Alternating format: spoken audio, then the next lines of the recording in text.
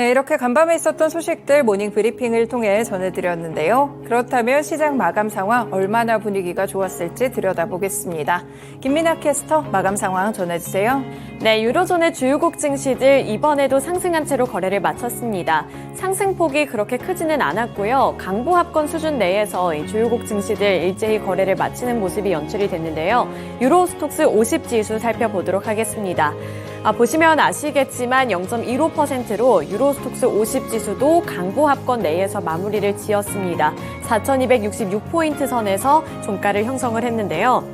유럽의 주요국 증시들은 어쨌든 사흘 연속으로 상승을 하고는 있습니다만 경제 전반적으로 봤을 때 상황이 그렇게 좋지만은 않습니다. 앞서서 말씀을 해주신 것처럼 유로존의 8월 PMI 지수가 생각했던 것보다 많이 하락을 했습니다. 지난 2013년 4월 이후에 최저치를 기록을 했는데요. 이렇게 경제가 생각을 했던 것보다 위축 국면에 들어섰다는 점을 확인하면서 ECB가 금리를 동결할 것이라는 기대감이 조금 올라왔습니다. 이러한 여파에 주요국 증시들도 강보합권 수준에서 상승세로 마감을 지었습니다. 네, 이어서 원유 선물 가격 흐름 살펴보겠습니다. 원유 선물 가격 보시면 1% 넘는 약세를 기록했는데요.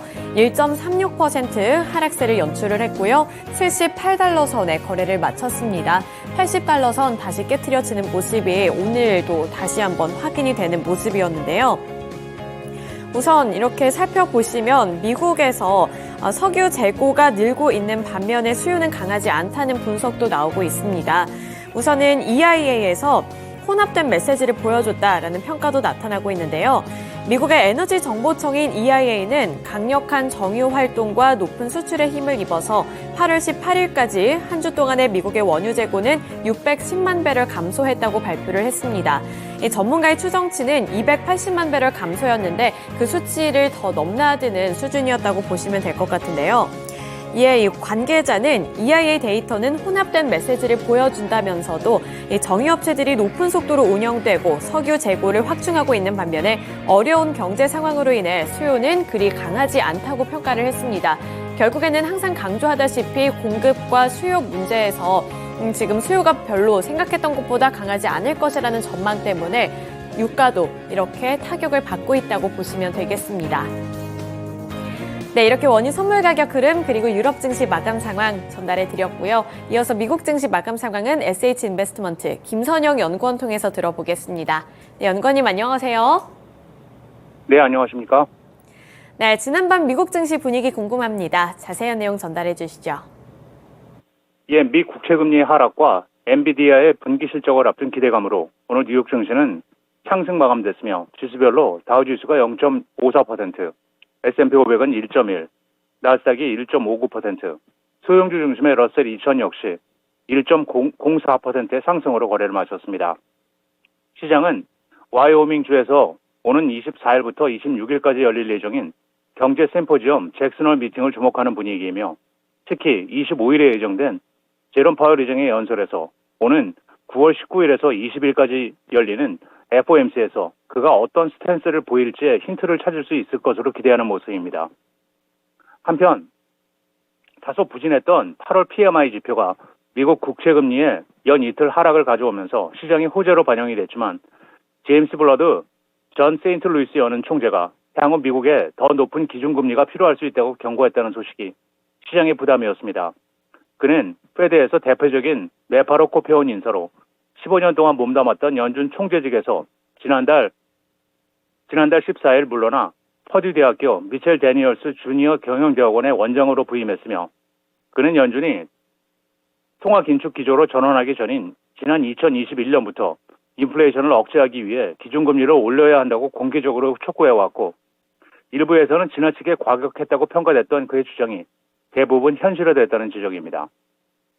오늘 업종별로는 부동산, 임의소비재, IT, 운송, 금융, 건설 등 대부분의 업종이 상승했던 반면 국제유가의 1% 넘는 하락으로 에너지 업종만이 약세를 보였고 벤치마크인 10년 만기 국채금리는 전일 대비 소폭 하락한 4.198%, 달러 인덱스 역시 0.18%의 하락으로 거래를 마쳤습니다.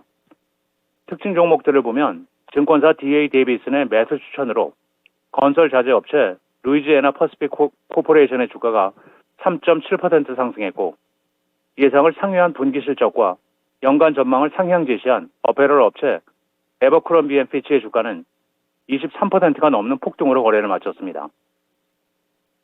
미국의 경제 성장을 이끌어온 서비스업 활동이 8월 중 둔화된 것으로 나타난 점이 오늘 미국 국채금리 하락으로 이어졌습니다.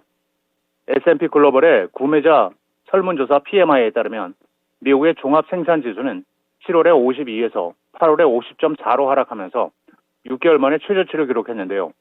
제조와 서비스 부분의 활동성을 측정하는 이 수치에서 50을 초과하는 숫자는 확장을 의미하고 50 미만은 수축을 보여줍니다.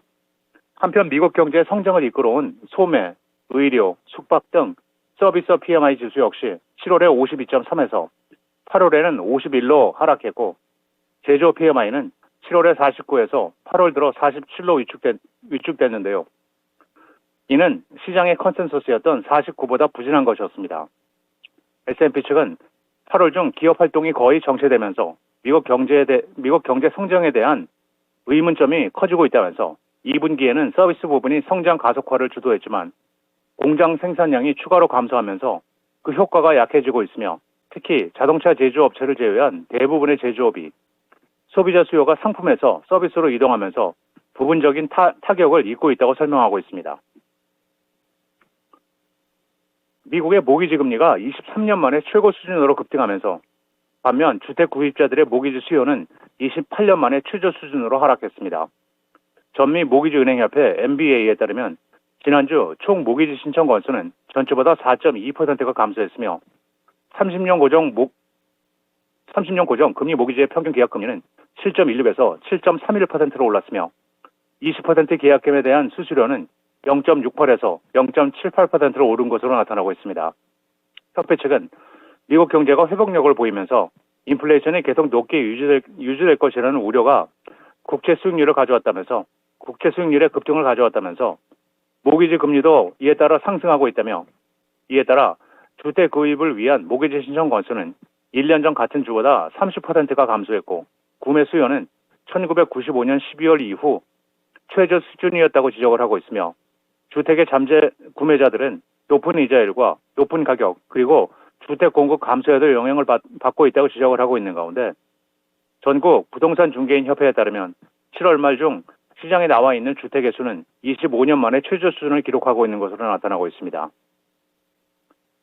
증권사 골드만삭스가 투자 의견을 매수로 제시했다는 뉴스로 뉴욕 기반의 부동산 투자 신탁 업체인 세이프홀드의 주가가 오늘 1.6%가 상승해 $20 73센트의 거래를 마쳤습니다. 골드만삭스의 케이틀린 버로우 애널리스트는 세이프홀드가 매력적인 수준에서 현재 거래되고 있다면서 목표 주가는 어제 종가 대비 22.7%가 높은 $25로 제시하고 있는데요. 그는 시간의 지남에 따라 단기적으로 구조조정 활동이 회복되고 중기적으로는 재융자 및 거래 활동이 회복됨에 따라 세이프홀드의 수익과 가치 성장이 투자 규모와 수익률에 의해 주도될 것으로 기대된다면서 회사가 2024년에서 2025년 사이에 연간 10.6%의 주당 수익 성장을 실현할 것으로 예측하고 있습니다. 그는 또한 금리 상승으로 인해 거래 및 투자 규모가 의미 있게 둔화되었다고 언급하면서도 세이프홀드의 투자 규모가 향후 분기에는 점진적으로 증가할 것으로 예측하고 있습니다. 마지막으로 내일은 연방 상무부의 7월 내구재 주문, 노동부의 주간 신규 실업수당 청구 건수, 에너지청의 주간 천연 가스 재고가 발표되고 소매업체 달러트리를 시작으로 어펌 홀딩스, 갭 잉크, 벌링턴 스토어스, 인투이트 잉크, 로열 뱅크 오브 캐나다, 얼타 뷰티, 워크데이, 웨이버 코퍼레이션, 펫코 헬스 앤 웰네스, 놀스트롬 잉크, 마벨 테크놀로지, 그리고 토론토 도미니언 뱅크가 지난 분기 실적을 발표할 예정입니다.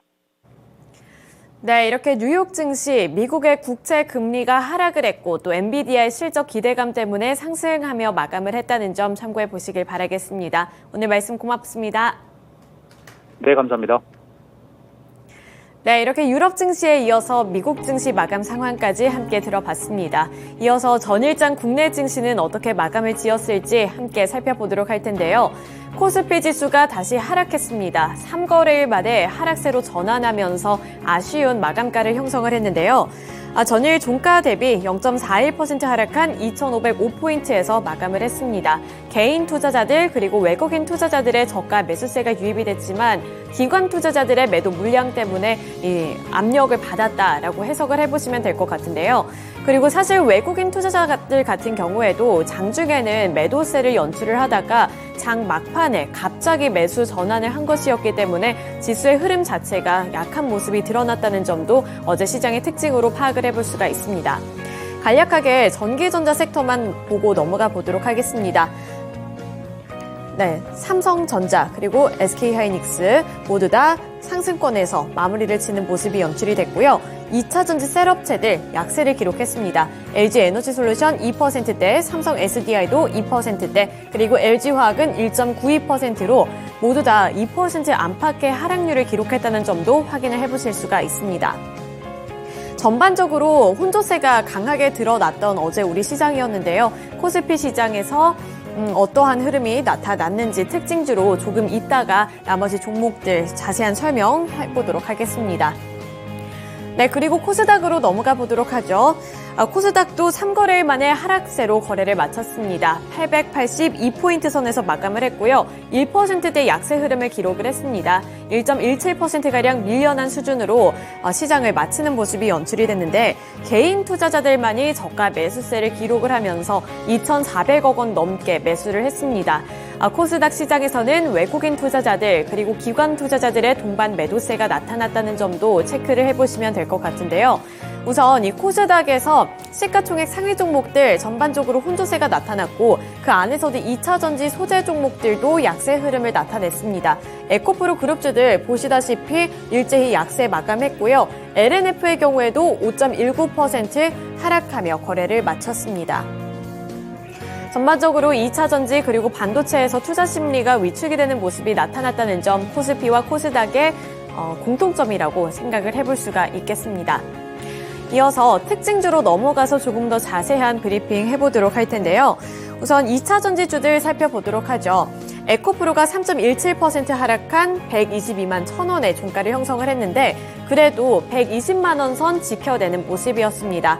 아쉬웠던 부분은 장 초반에는 그래도 127만 1,000원까지 올라서면서 130만 원 선 눈앞에 두고 있었는데 점점 갈수록 탄력이 둔화가 됐습니다. 그래서 122만 원 초반 부근에서 종가를 형성했다는 점 보실 수가 있고요.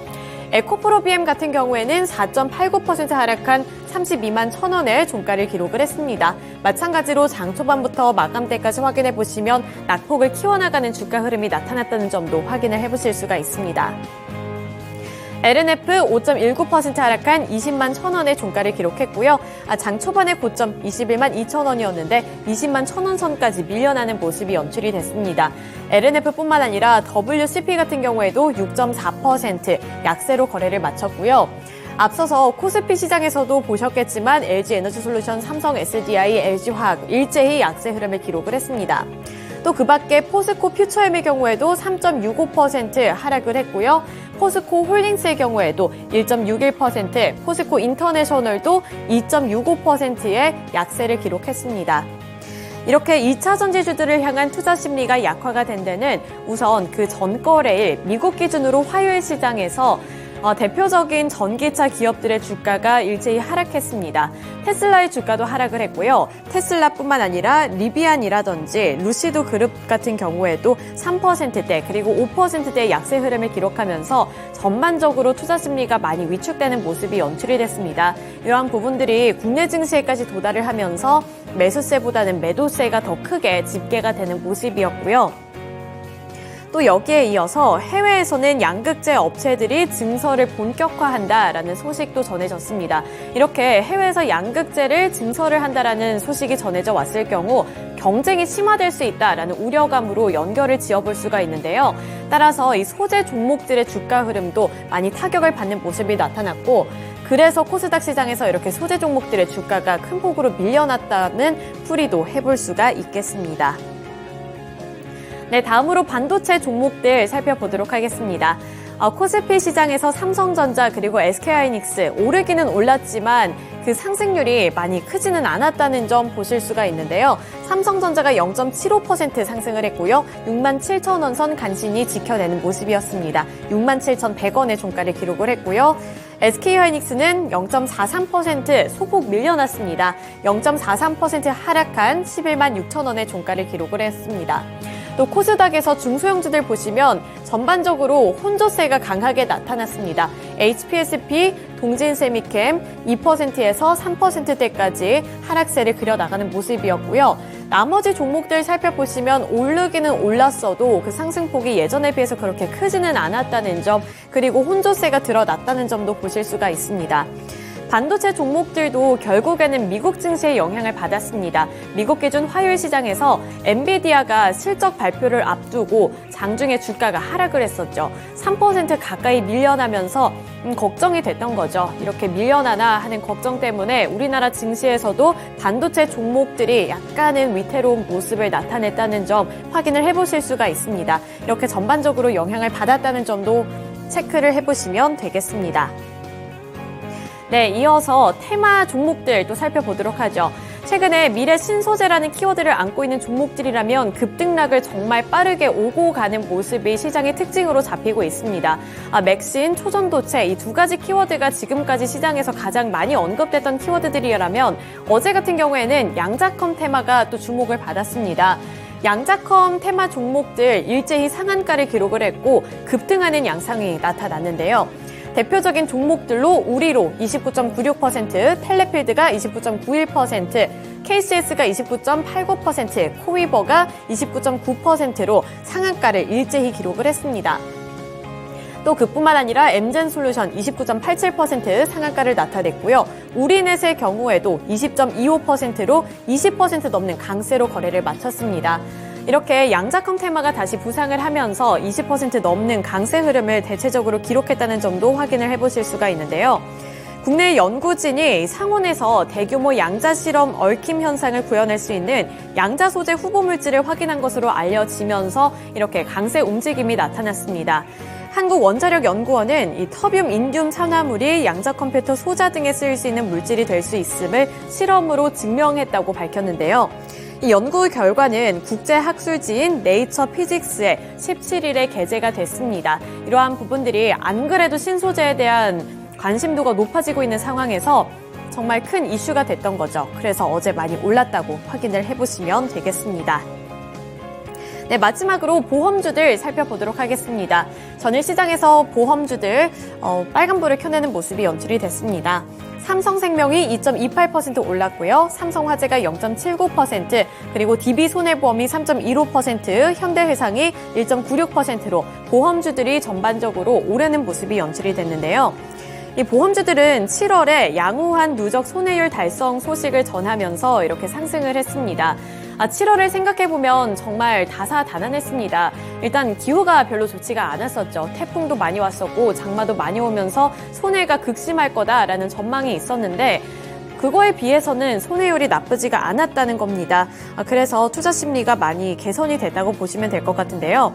언론 보도에 따르면 지난달 장마에도 불구하고 국내 주요 손해보험사들이 80% 이하의 양호한 자동차 보험 손해율을 유지한 것으로 전해졌습니다. 따라서 생각보다 나쁘지 않았다는 점과 함께 이렇게 매수세가 보험 쪽으로 유입이 됐다는 점도 확인해 보시면 되겠습니다. 네, 이렇게 특징주들까지 함께 알아봤고요. 지금까지 글로벌 증시 마감 상황 전달해 드렸습니다.